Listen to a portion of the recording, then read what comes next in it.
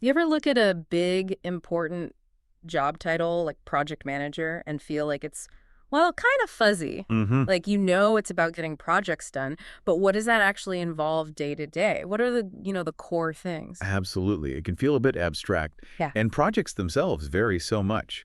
Defining the person leading them, that's tricky. Yeah, it's hard to know what mastery even looks like without some kind of blueprint. Exactly. A clear picture. And that's exactly why we're doing this deep dive today. We've got a document that aims to be that blueprint. It's from the Project Management Institute, PMI, Right. specifically their PMP examination content outline, the January 2021 version. And this is interesting because, you might think exam outline, okay, study guide, but it's positioned as much more. How so? Well, PMI presents it as their research-backed take on what project managers actually do, the really critical tasks and responsibilities right now.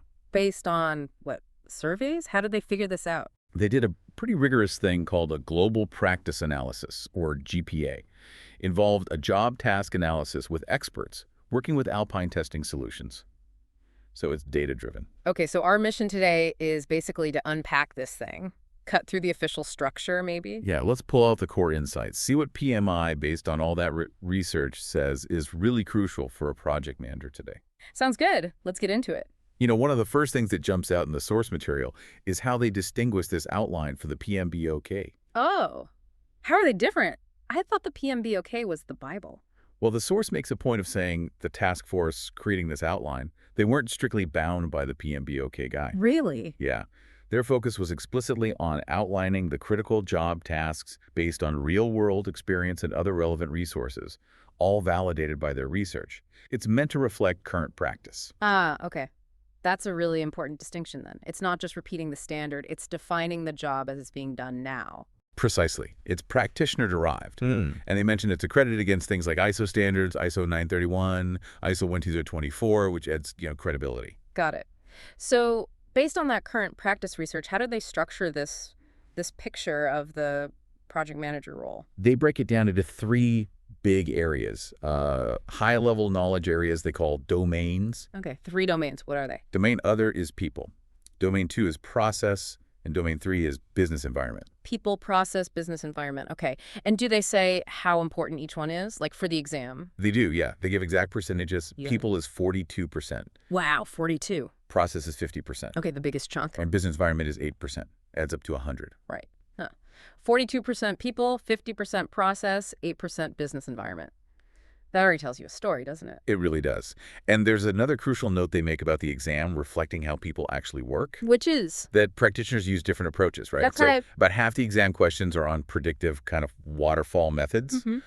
And the other half cover agile or hybrid approaches. And are those like separate sections, an agile part and a waterfall part? No, and that's the key thing. They say these approaches are woven throughout all three domains, not siloed. Ah, okay.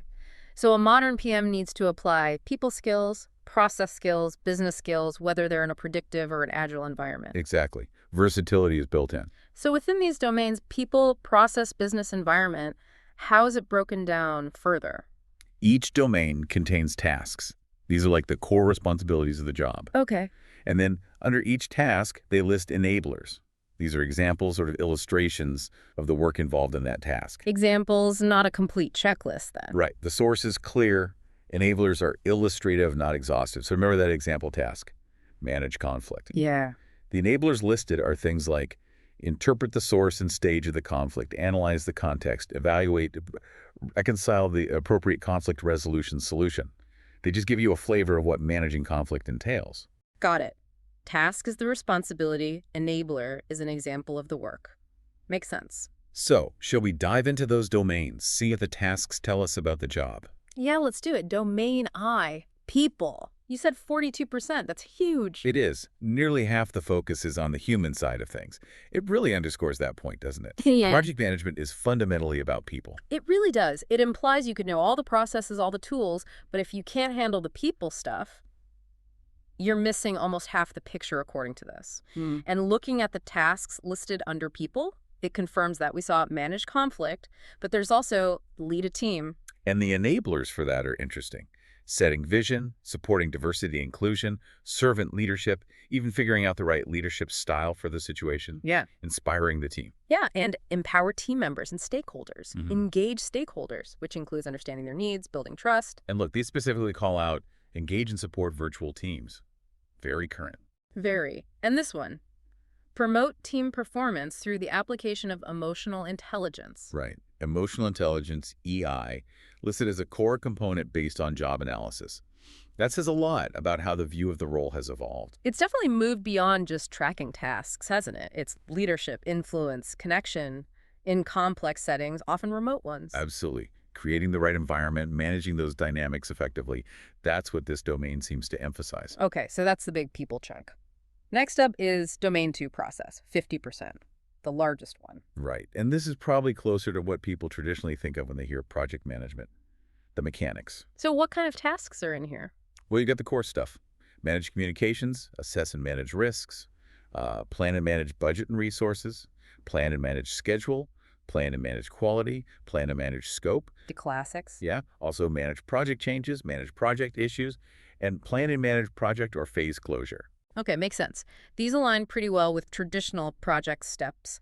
But how does that square with the agile and hybrid stuff being woven in?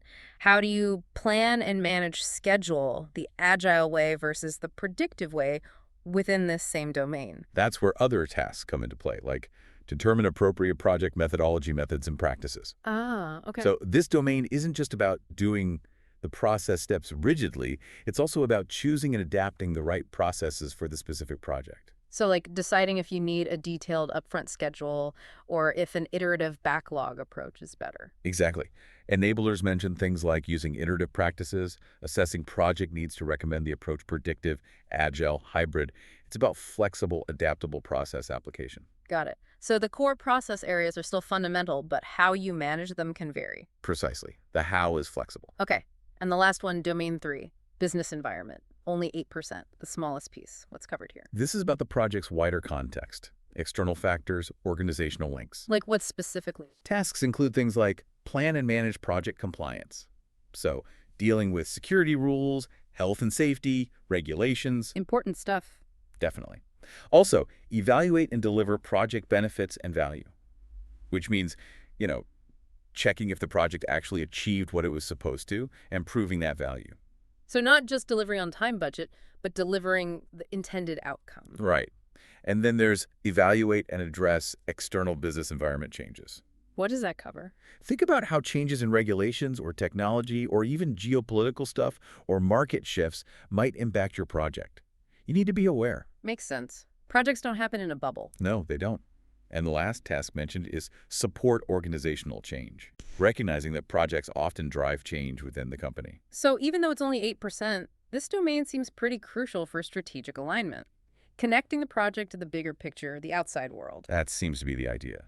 Awareness of the external forces and the project's place in the overall strategy and value delivery. Okay, so that's the blueprint PMI lays out. Heavy on people skills, robust on adaptable processes, and aware of the business environment. Yep, that's the picture. Now, for anyone listening who's thinking, okay, that sounds like me, or that's the kind of project leader I want to be, the PMP certification is often that next step. So what does it actually take to get it? What are the eligibility requirements based on this outline? There are basically two main things you need: the right educational background, any specific project management experience. Okay. And the experience part, it has to be like professional experience leading projects, right? Not school projects or planning a party. Correct. Leading and directing projects in a professional setting. Mm-hmm. And it needs to be non-overlapping experience gained within the last 8 consecutive years. Got it. 8 years. And how much experience depends on your education? Yes, there are tiers.